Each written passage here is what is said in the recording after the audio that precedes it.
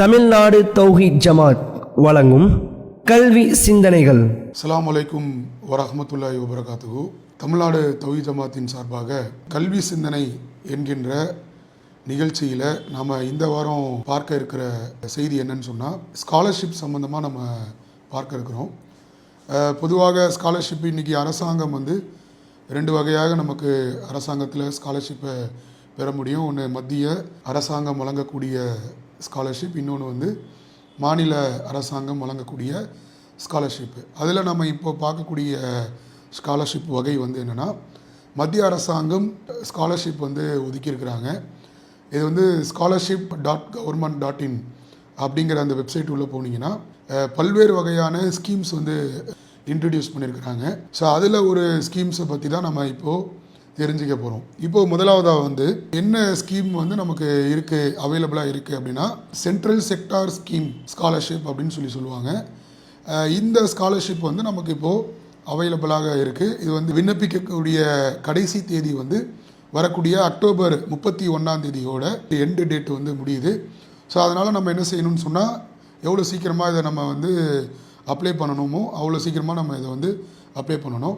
So இந்த central sector scholarship scheme அப்படின்னா யாருக்கு இதை கொடுக்குறாங்க அப்படின்னா, 12th முடித்த மாணவர்கள், 12ஆம் வகுப்பு முடித்த மாணவர்கள், அவர்கள் உயர்கல்வி படிப்பதற்கான ஒரு வாய்ப்பு இருக்கும். ஸோ அவங்களுக்கான ஸ்காலர்ஷிப் தான்.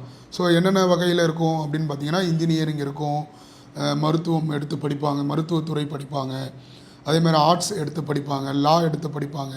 இது மாதிரி என்னென்ன டிகிரி கோர்சஸ் இருக்கோ, ஸோ அந்த கோர்சஸ் எல்லாம் எடுத்து படிக்கக்கூடிய மாணவர்கள், முதலாம் ஆண்டு படிக்கக்கூடிய மாணவர்கள் இந்த ஸ்காலர்ஷிப்பை தாராளமாக அப்ளை பண்ணலாம். நிறைய பேர் என்ன செஞ்சுருப்பீங்கன்னா, காலேஜ் ஜாயின் பண்ணியிருப்பீங்க. ஸோ உங்களுக்கான ஆப்பர்ச்சுனிட்டி இது அதிகமாக இருக்குது. இதில் எலிஜிபிலிட்டி பார்த்தீங்கன்னா 80% மார்க் எடுத்திருக்கணும். இது முதல் தகவல். ரெண்டாவது என்னென்னு சொன்னால், இந்த ஸ்காலர்ஷிப் 50% யாருக்கு ஒதுக்கியிருக்காங்கன்னா பெண்களுக்கு ஒதுக்கியிருக்காங்க. அதை நம்ம குறிப்பாக இங்கே பதிவு செஞ்சுக்கிறோம். ஒரு வருஷத்துக்கு ஃப்ரெஷ்ஷாக அப்ளை பண்ணுறவங்க 82,000 ரூபாய் ஒரு வருடத்திற்கு அவங்களால என்ன செய்ய முடியும், அதிகபட்ச தொகையாக இந்த ஸ்காலர்ஷிப் அப்ளை பண்ணுறது மூலமாக அவங்க அந்த தொகையை அடைய முடியும். அதே போன்று பெற்றோர்களுடைய ஆண்டு வருமானம் 4.5 lakhs ஆண்டு வருமானம் நமக்கு இருக்கணும். ஸோ அதே மாதிரி பார்த்தீங்கன்னு சொன்னால், அதே இதில் 10th 12th படிச்சிருக்கணும். அதாவது 10th 12th பேட்டர்ன் சொல்லுவாங்க.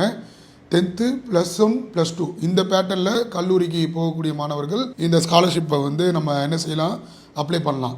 சரி, இப்போ நம்ம அடுத்து என்ன பார்க்க போகிறோம் அப்படின்னா, இந்த ஸ்காலர்ஷிப் நான் எதில் அப்ளை பண்ணணும் அப்படிங்கிறத தெரிஞ்சுக்கிறோம்.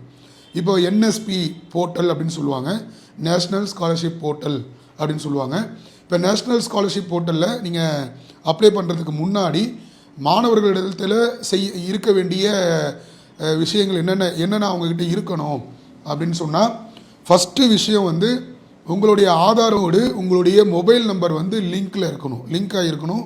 இது ரொம்ப ரொம்ப மேண்டேட்ரி. ஏன்னா நீங்கள் ஆதார் நம்பர் கொடுத்த உடனே உங்களுடைய மொபைல் நம்பருக்கு அந்த ஓடிபி போகும். அதனால் ஆதார் நம்பர் ரொம்ப ரொம்ப முக்கியம். ஸோ ஆதார் நம்பரை நீங்கள் என்ன செய்யுங்க, மொபைல் நம்பரை லிங்க் பண்ணிவிடுங்க. இது முதல் தகவல். ரெண்டாவது என்னென்னா, உங்களுடைய பேங்க் அக்கௌண்ட்டோட ஆதார் லிங்க் ஆகிருக்கா அப்படிங்கிறத பார்க்கணும். ஏன்னா நிறைய மாணவர்கள் பேங்க் அக்கௌண்ட் வச்சுருக்க மாட்டாங்க. கண்டிப்பாக உங்களுக்கு பேங்க் அக்கௌண்ட் இருக்கணும். இந்த உதவித்தொகை பேங்க் அக்கௌண்ட் மூலியமாக தான் உங்களுக்கு தரப்படும். அதனால் பேங்க் அக்கௌண்ட்டை ஓப்பன் பண்ணுங்கள். அதோட ஆதார் எண்ணை இணைச்சிருங்க. பேங்க் அக்கௌண்ட் ஓப்பன் பண்ணும் பொழுது உங்களுடைய மொபைல் நம்பரும் அந்த அக்கௌண்ட் நம்பரோட இணைஞ்சிருக்கணும். அது ரொம்ப ரொம்ப முக்கியம். அதே மாதிரி சில டாக்குமெண்ட்ஸ் கேட்டிருக்கிறாங்க அப்லோட் பண்ணுறதுக்கு. அந்த டாக்குமெண்ட்டும் உங்கள் கையில் இருக்கணும். அது என்னென்ன டாக்குமெண்ட் அப்படின்னு சொன்னால், மார்க் ஷீட் இருக்கணும். 10th 12th மார்க் ஷீட்டை கம்பல்சரியாக மாணவர்கள் வைத்திருக்கணும். போனஃபைடு சர்டிஃபிகேட் இருக்கணும். போனஃபைடு சர்டிஃபிகேட் இல்லாதவங்க அதிலே அந்த லிங்க்லேயே ஒரு ஃபார்ம் இருக்கும். அந்த ஃபார்மை டவுன்லோட் பண்ணி உங்களுடைய காலேஜில் நீங்கள் ஃபில்அப் பண்ணி சைன் சீல் வாங்கினீங்கன்னா அதை அந்த போர்ட்டலில் அப்ளை பண்ணுற மாதிரி இருக்கும். நேட்டிவிட்டி ப்ரூவ் பண்ணுற மாதிரியான ஒரு ப்ரூஃப் ஐடென்டிட்டி ப்ரூஃப் இருக்கணும். அதே மாதிரி ஜாதி சான்றிதழ், கேஸ்ட் சர்டிஃபிகேட்டு கம்பல்சரி வச்சிருக்கணும். இன்கம் சர்டிஃபிகேட்டு கண்டிப்பாக இருக்கணும். சொல்லப்பட்ட இந்த தகவல்கள், இந்த டாக்குமெண்ட் நம்மக்கிட்ட இருக்கணும். ஸோ இதெல்லாம் இருந்ததுன்னு சொன்னால் நீங்கள் என்ன செய்யலாம், என்எஸ்பி என்ற அந்த போர்ட்டலுக்குள்ளே போய் அப்ளை பண்ணலாம். ஸோ இப்போ நம்ம அடுத்து அதை எப்படி அப்ளை பண்ணுறதுன்றத பார்ப்போம். இப்போ ஃபஸ்ட்டு என்னன்னு சொன்னால், இந்த என்எஸ்பி போர்ட்டல் உள்ள நீங்கள் போயிட்டீங்க. போனதுக்கு பிறகு ஓடிஆர் அப்படிங்கிற நம்பரை வந்து நீங்கள் ஜென்ரேட் பண்ணணும். ஓடிஆர்னா என்னென்னா ஒன் டைம் ரிஜிஸ்ட்ரேஷன் நம்பர். இதை நீங்கள் ஒரு முறை ஜென்ரேட் பண்ணிட்டாலே அடுத்தடுத்த வருடங்கள் நீங்கள் என்ன செய்யலாம், இந்த நம்பரை வச்சு நீங்கள் ரினியூவல் வந்து பண்ணிக்கலாம். ஸோ ஃப்ரெஷராக இருக்கிறவங்க கம்பல்சரி ஓடிஆர் வந்து அப்ளை பண்ணியிருக்கணும், ஓடிஆர் நம்பரை வந்து வைத்திருக்கணும். ஃப்ரெஷராக இல்லாதவங்க ரினியூவல் பண்ணுறவங்க ஆல்ரெடி நீங்கள் ஜென்ரேட் பண்ண அந்த ஓடிஆர் நம்பரை வச்சு நீங்கள் என்ன செய்யலாம், அப்ளை பண்ணிடலாம். ஸோ இப்போ நம்ம ஃப்ரெஷர் வந்து எப்படி அப்ளை பண்ணுறதுன்றதை பற்றி நம்ம பார்க்க இருக்கிறோம். இப்போ ஓடிஆர் நம்பர் பெறுவதற்கு வந்து என்எஸ்பி அப்படிங்கிற ஒரு ஆப் வந்து இருக்குது. அந்த ஆப்பை வந்து உங்களுடைய ஆண்ட்ராய்டு மொபைலில் வந்து நீங்கள் டவுன்லோட் பண்ணணும். ஸோ அந்த என்எஸ்பியோடைய வெப்சைட் உள்ளே போனீங்கன்னா அவங்களே அந்த ஆப்புடைய லிங்க்கு கொடுத்துருப்பாங்க. அந்த லிங்க்கை யூஸ் பண்ணி நீங்கள் என்ன செய்யுங்க, அந்த ஆப்பை வந்து டவுன்லோட் பண்ணுங்கள். டவுன்லோட் பண்ணி முடித்த உடனே உங்களுக்கு வந்து ஃபஸ்ட்டு ஸ்டெப்பு வந்து கைட்லைன்ஸ்னு வரும்.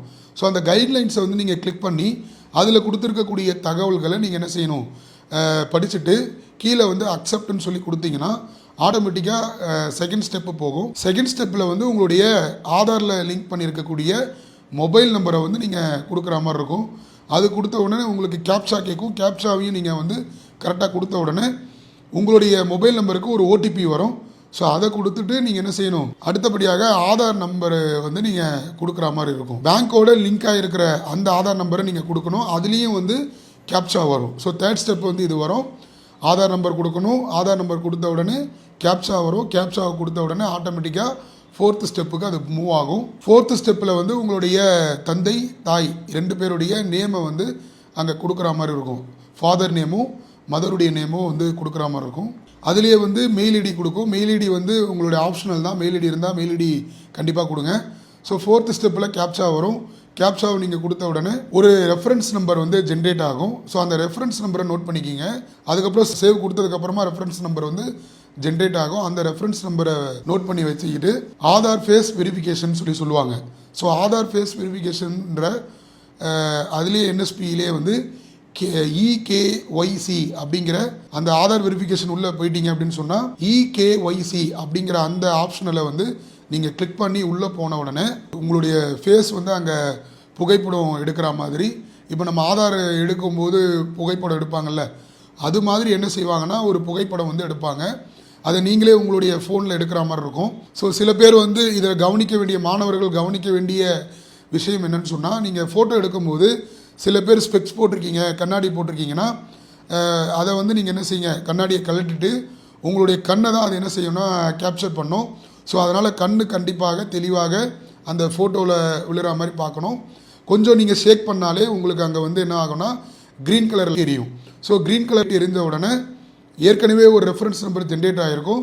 அந்த ரெஃபரன்ஸ் நம்பரை நீங்கள் கொடுத்ததுக்கு பிறகு ஆட்டோமேட்டிக்காக உங்களுக்கு இப்போ தான் என்ன ஆகும்னு சொன்னால் ஓடிஆர் நம்பர் வந்து ஜென்ரேட் ஆகும். அதுலேயே உங்களுக்கு காட்டும், க்ரீன் கலரில் ஒரு சிம்பிள் வரும், ஓடிஆர் நம்பர் ஜென்ரேட்டடுன்னு சொல்லி. ஸோ இந்த ஓடிஆர் நம்பரை வந்து நீங்கள் என்ன பண்ணுவீங்க, என்எஸ்பி அந்த வெப்சைட்டில் போய் நீங்கள் அப்ளை பண்ணணும். ஸோ இப்போ ஓடிஆர் நம்பர் ஜென்ரேட் ஆன உடனே உங்களுடைய ரிஜிஸ்டர் நம்பர் இருக்குல்ல, அந்த ரிஜிஸ்டர் நம்பருக்கு ஓடிஆர் நம்பரும் ப்ளஸ் பாஸ்வேர்டும் வந்துடும்.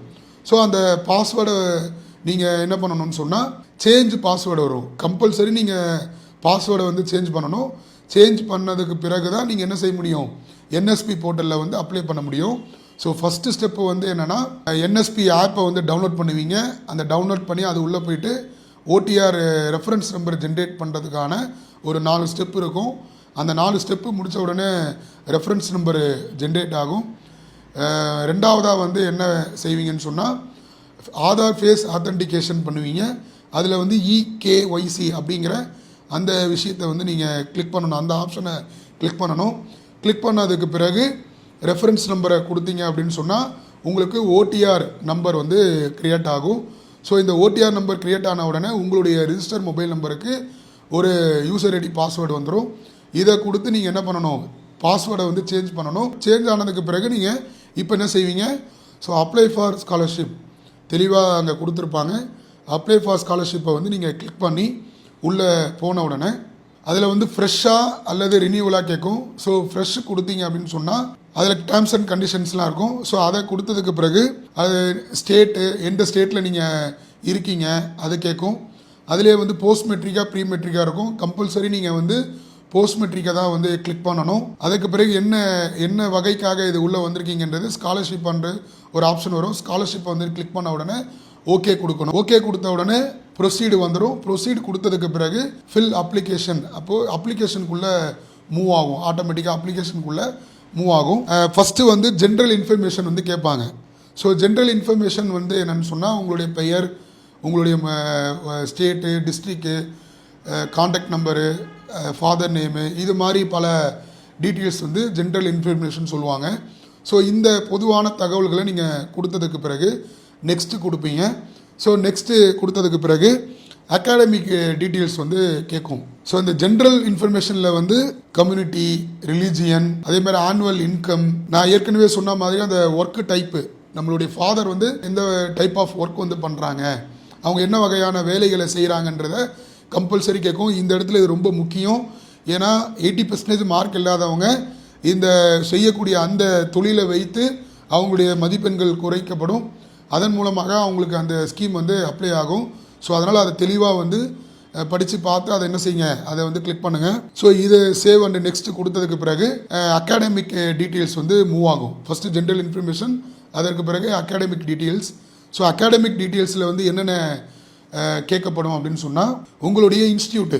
ஸோ நீங்கள் எந்த இன்ஸ்டியூட் படிக்கிறீங்க, ஸோ அந்த இன்ஸ்டியூட் நேம் வந்து டைப் பண்ணிங்கன்னா உங்களுக்கு அதுலேயே வந்து பேர் வந்துடும். டைப் பண்ணிங்க உங்களுடைய ஸ்கூல் நேம் ஒரு 4 வார்த்தை அடித்த உடனே ஆட்டோமேட்டிக்காக அந்த 4 வார்த்தை நீங்கள் டைப் பண்ணிங்கன்னா உங்களுடைய அந்த காலேஜோடைய நேம் வந்து அங்கே காட்டும். ஸோ அதை கிளிக் பண்ணி உள்ளே போயிடணும். ஸோ 2வது ஸ்டெப்பு, காலேஜ் நீங்கள் செலக்ட் பண்ண உடனே எந்த கோர்ஸ் படிக்கிறீங்க அப்படிங்கிறத கண்டிப்பாக வந்து கேட்பாங்க. ஸோ அதையும் நீங்கள் வந்து கிளாரிட்டி கொடுக்கணும். ஸோ ஆர்ட்ஸா, எந்த சப்ஜெக்ட் எடுத்து படிக்கிறீங்க அப்படிங்கிற அந்த கோர்ஸ் டீட்டெயில்ஸை வந்து நீங்கள் கொடுக்குற மாதிரி இருக்கும். இப்போ வந்து மார்க் ஷீட் டீட்டெயில்ஸு, ஏற்கனவே நான் சொன்ன மாதிரி 10th mark sheet, 12th mark sheet compulsory வேணும். ஸோ 10th மார்க்கில் நீங்கள் என்னென்ன மார்க் எடுத்திருக்கீங்க, எவ்வளோ பெர்சன்டேஜ் எடுத்திருக்கீங்க, எந்த வருஷம் பாஸ் ஆனீங்க, எந்த போர்டு அப்ளை பண்ணி எழுதுனீங்க, ஸோ இந்த டீட்டெயில்ஸ்லாம் கேட்கும். அதே மாதிரி 12th நீங்கள் என்ன மார்க் எடுத்திருக்கீங்க, எவ்வளோ பெர்சன்டேஜு, ஸோ இந்த டீட்டெயில்ஸ்லாம் நீங்கள் கொடுக்குற மாதிரி இருக்கும். ஸோ 10th மார்க் டீட்டெயில்ஸ் கொடுப்பீங்க, 12th டீட்டெயில்ஸ் கொடுப்பீங்க. அதற்கு பிறகு ப்ரீவியஸ் அகாடமிக் டீட்டெயில்ஸை வந்து கொடுப்பீங்க. ஸோ அது 10th 12th இருந்தாலும் சரி, அல்லது காலேஜ் முடித்து பிஜி பண்ணக்கூடியவங்க, ஸோ அவங்க வந்து யூஜி டீட்டெயில்ஸை வந்து கொடுக்குற மாதிரி இருக்கும். ஸோ யூஜியில் வந்து நீங்கள் என்ன மார்க் எடுத்திருக்கீங்களோ அதனுடைய டீட்டெயில்ஸை வந்து ப்ரீவியஸ் அகாடமிக் டீட்டெயில்ஸாக கருதப்படும். ஸோ அதில் நீங்கள் அந்த டீட்டெயில்ஸை வந்து ஃபில் பண்ணுவீங்க. கொடுத்ததுக்கு பிறகு அடுத்து சேவ் அண்ட் நெக்ஸ்ட்டு. ஸோ இந்த டீட்டெயில்ஸ்லாம் கொடுத்ததுக்கு பிறகு சேவ் அண்ட் நெக்ஸ்ட்டு கொடுத்த உடனே அப்ளிகேஷன் ஸ்பெசிஃபிகேஷன் வரும். ஸோ ஸ்பெசிஃபிகேஷன்னா என்னென்னு சொன்னால் நம்மளுடைய தந்தை ஆர்மியில் ஒர்க் பண்ணியிருக்காங்களா, இல்லை நாம் டிசபிலிட்டியாக இருக்கிறோமா, ஸோ இது மாதிரி ஏதாவது ஒரு ஸ்பெசிஃபிக்காக இருந்ததுன்னா அதை மென்ஷன் பண்ணி அதை நீங்கள் கிளிக் பண்ணணும். ஸோ அது ஓகே, நீங்கள் ஏதாவது ஒரு ஸ்பெசிஃபிக் உங்களுக்கு இருக்குது அப்படின்னா நீங்கள் ஓகே கொடுத்து அதுக்குள்ளே போகணும். அப்படி இல்லை அப்படின்னா கண்டினியூ கொடுத்தீங்கன்னா ஆட்டோமேட்டிக்காக கண்டினியூக்குள்ளே போயிடும். ஸோ இந்த டீட்டெயில்ஸ்லாம் நம்ம கொடுத்ததுக்கு பிறகு நான் ஏற்கனவே சொன்ன மாதிரி நம்மளுடைய பெர்சன்டேஜ் மார்க்கினுடைய பெர்சன்டேஜு, நம்மளுடைய தந்தை என்ன தொழில் செய்கிறாங்களோ அதை பேஸ் பண்ணி இருக்கக்கூடிய அந்த பெர்சன்டேஜ் மார்க்கு, ஸோ இந்த டீட்டெயில்ஸ்லாம் வைத்து நம்ம எந்த ஸ்கீம்குள்ளே வரோம் அப்படிங்கிறது அங்கே ஷோ ஆகும். ஸோ அந்த ஸ்கீமை வந்து நீங்கள் என்ன பண்ணணும்னா செலக்ட் பண்ணணும். ஸோ எந்தெந்த ஸ்கீமுக்குள்ளே நம்ம வரோம் அப்படிங்கிறத அங்கே காட்டும். ஸோ எதுலேயுமே இல்லைன்னு சொன்னால் நீங்கள் எந்த ஸ்கீமுக்குள்ளேயும் இந்த ஸ்காலர்ஷிப் அப்ளை வந்து பண்ண முடியாது. ஸோ நாம் அப்ளை பண்ண நம்ம கொடுத்த டீட்டெயில்ஸை பேஸ் பண்ணி அந்த ஸ்கீம் வந்து ஷோ ஆகும். ஸோ அந்த ஸ்கீமை நீங்கள் என்ன செய்யணும்னா கிளிக் பண்ணி அடுத்த ஸ்டெப்புக்குள்ளே மூவ் பண்ணணும். ஸோ நெக்ஸ்ட் ஸ்டெப்பு வந்து ஸ்கீம் ஸ்பெசிஃபிக் டீட்டெயில்ஸ். ஸோ அதில் கேட்கக்கூடிய என்ன ஸ்பெசிஃபிக்கோ அந்த டீட்டெயில்ஸை வந்து நீங்கள் கொடுத்தீங்க அப்படின்னு சொன்னால் 6வது ஸ்டெப்பாக வந்து என்ன ஆகும்னா டாக்குமெண்ட் அப்லோடு, அதாவது டாக்குமெண்ட் அப்லோடுன்னு சொல்லுவாங்க. என்னென்ன டாக்குமெண்ட் வேணும் அப்படின்னு சொன்னால் 10th mark sheet, 12th mark sheet, அதன் பிறகு bona fide certificate, community certificate, income certificate. So 5 சான்றிதழ் வந்து கம்பல்சரி உங்களுக்கு இருக்கணும். ஸோ இந்த 5 சான்றிதழ் அங்கே வந்து அப்லோடு வந்து கேட்கும். மேலே வந்து ஃபஸ்ட்டு வந்து பார்த்தீங்கன்னு சொன்னால் உதாரணத்துக்கு போனஃபைட் சர்டிஃபிகேட் இருக்கும், அதை அப்லோட் பண்ணிங்கன்னா போனஃபைட் சர்டிஃபிகேட் இருக்கிறவங்க அதை அப்லோட் பண்ணிடலாம். அப்படி இல்லாதவங்க ஒரு ஃபார்ம் அங்கே ஜென்ரேஷன் இருக்கும், அந்த ஃபார்மை நீங்கள் டவுன்லோட் பண்ணி அதை ஃபில்அப் பண்ணி உங்களுடைய காலேஜில் வந்து சீல் சைன் வாங்கி அப்புறமா நீங்கள் என்ன செய்யணும்னா அதை வந்து உள்ளே அப்லோட் பண்ணணும். அதன் பிறகு மார்க் ஷீட் வரும். 3வது வந்து நேட்டிவிட்டியை ப்ரூவ் பண்ணுற மாதிரியான ஒரு ப்ரூஃப் வந்து நம்மக்கிட்ட இருக்கணும். ஸோ ஆதார் ப்ரூஃப், அந்த ஆதார் ப்ரூஃபை வச்சு நீங்கள் என்ன செய்யலாம், நேட்டிவிட்டி ப்ரூஃப் பண்ணுறதுக்கு ஆதார் தேவையானது. ஸோ ஆதாரை நீங்கள் அப்லோட் பண்ணுற மாதிரி இருக்கும். அப்படி இல்லைனா வேறு ஏதாவது எனி டாக்குமெண்ட் இருந்தாலும் அதை நீங்கள் என்ன செய்யலாம்னா அப்லோட் பண்ணலாம். அடுத்து வந்து கேஸ்ட் சர்டிஃபிகேட், என்ன கேஸ்ட்டில் நம்ம வரோம், முஸ்லீம்ஸாக இருந்தோம்னா பிசிஎம் சான்றிதழை வைத்திருக்கணும். ஸோ அதை வந்து நீங்கள் அப்லோட் பண்ணுற மாதிரி இருக்கும். அடுத்து இன்கம் சர்டிஃபிகேட்டை வந்து நீங்கள் அப்லோட் பண்ணுற மாதிரி இருக்கும். ஸோ இதை அப்லோட் பண்ணி முடித்த உடனே ஃபைனலாக வந்து உங்களுக்கு அந்த அப்ளிகேஷனுடைய ஸ்டேட்டஸ்குள்ளே நீங்கள் போயிடுவீங்க. ஸோ இதில் வந்து 3 வகையான வெரிஃபிகேஷன்ஸ் இருக்கும். அப்ளிகேஷன் வெரிஃபிகேஷன் ஒன்று இருக்கும். அப்ளிகேஷன் வெரிஃபிகேஷன் பண்ணி முடித்த உடனே ஆட்டோமேட்டிக்காக வந்து இன்ஸ்டியூட் வெரிஃபிகேஷன் இருக்கும். ஸோ நம்மளுடைய கல்லூரியில் நம்ம கொடுத்த தகவல்களை நாம் கல்லூரியில் என்னென்ன டாக்குமெண்ட்டு ஒரு பஞ்ச் டாக்குமெண்ட் வந்து கொடுக்கணும், இது மாதிரி நான் அப்ளை பண்ணியிருக்கிறேன் அப்படின்னு சொல்லி நம்ம கல்லூரியில் வந்து அந்த டாக்குமெண்ட்டை கொடுத்துட்டு, ஸோ அந்த டாக்குமெண்ட்டை பேஸ் பண்ணி என்ன செய்வாங்கன்னா அவங்க அந்த போர்ட்டலுக்குள்ளே போவாங்க. ஸோ இன்ஸ்டியூட்டுக்குன்னு சொல்லி தனியாக ஒரு லாகின் கொடுத்துருப்பாங்க. ஸோ அந்த லாகின்குள்ளே போய் நாம் அப்ளை பண்ணதுக்கு பிறகு அவங்க அதை ஓப்பன் பண்ணி பார்ப்பாங்க. நம்ம கொடுக்கக்கூடிய அந்த காலேஜில் கொடுக்கக்கூடிய அந்த டாக்குமெண்ட்டை வைத்து அவங்க சரி பார்த்து என்ன செய்வாங்கன்னு சொன்னால் எல்லாத்தையும் ஓகே பண்ணி அவங்க அப்ரூவ் பண்ணுவாங்க. ஸோ அவங்க அப்ரூவ் பண்ண உடனே இந்த ஸ்காலர்ஷிப் வந்து நெக்ஸ்ட் லெவலுக்கு மூவ் ஆகும். ஸ்டூடெண்ட் வெரிஃபிகேஷன் பண்ணி ஃபைனலாக என்ன பண்ணுவாங்கன்னா, நான் சொன்னல அதிகபட்ச தொகை 82,000 ரூபாய் ஒரு வருடத்திற்கு.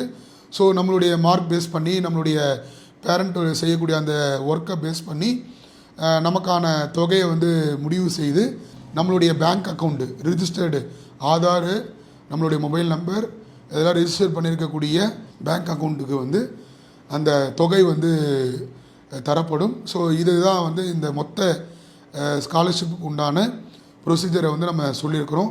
இதை வந்து நீங்கள் என்ன செய்யுங்க, சரியான முறையில் வந்து ஃபில் பண்ணுங்கள்.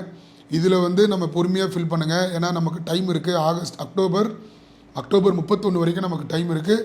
மேபி அந்த டைமை கூட எக்ஸ்டெண்ட் பண்ணுறதுக்கான வாய்ப்புகள் கூட இருக்குது. அதனால் அவசரப்பட்டு எந்த தகவலையும் என்ன செஞ்சிடாதீங்க, தவறான தகவல்களை கொடுத்துடாதீங்க. நான் மறுபடியும் ஒரு முறை சொல்கிறேன், நம்மக்கிட்ட இருக்க வேண்டிய மிக முக்கியமானது, ஸ்டூடெண்ட் கிட்ட இருக்க வேண்டியது பேங்க் அக்கௌண்ட் கம்பல்சரி இருக்கணும். அந்த பேங்க் அக்கௌண்ட் வந்து ஆதாரோட லிங்க் ஆகியிருக்கணும். அதே மாதிரி நம்மளுடைய மொபைல் நம்பர் ஆதார் நம்பரோட லிங்க் ஆகியிருக்கணும். ஸோ இந்த டீட்டெயில்ஸ்லாம் நம்மக்கிட்ட கரெக்டாக இருந்ததுன்னா நமக்கு அந்த தொகை கண்டிப்பாக நமக்கு வந்து விழும். ஸோ ஒரு மாணவன் பெறக்கூடிய அந்த தொகை என்பது அது மிகப்பெரிய ஒரு நன்மையாக அமையும். அதனால் இதை பார்க்கக்கூடிய மக்கள் அதிகமாக என்ன செய்யுங்க, ஷேர் பண்ணுங்கள். 82,000ன்றது வந்து ஒரு பெரிய தொகை, அதிகபட்சம். ஸோ இதில் வந்து குறைந்தபட்ச தொகை ஒரு 50,000 ஒரு 30,000 எவ்வளோ வந்தாலுமே அது என்ன ஆகும், ஒரு மிகப்பெரிய ஒரு உதவியாக இருக்கும். அதனால் இது அதிகமாக மக்களுக்கு என்ன பண்ணுங்கள், ஷேர் பண்ணுங்கள். மேலும் இந்த வீடியோவை பார்க்கக்கூடியவங்க மாணவர்கள் யாருக்காவது ஏதாவது சந்தேகம் இருந்தால் நீங்கள் என்ன செய்யுங்க, தமிழ்நாடு தௌஹீத் ஜமாத் மாணவர் அணிக்கு நீங்கள் தொடர்பு கொள்ளுங்கள். சந்தேகங்களை நீங்கள் கேட்டு பெற்றுக்கொள்ளலாம். அல்லாஹு அக்பர், அல்லாஹு அக்பர்.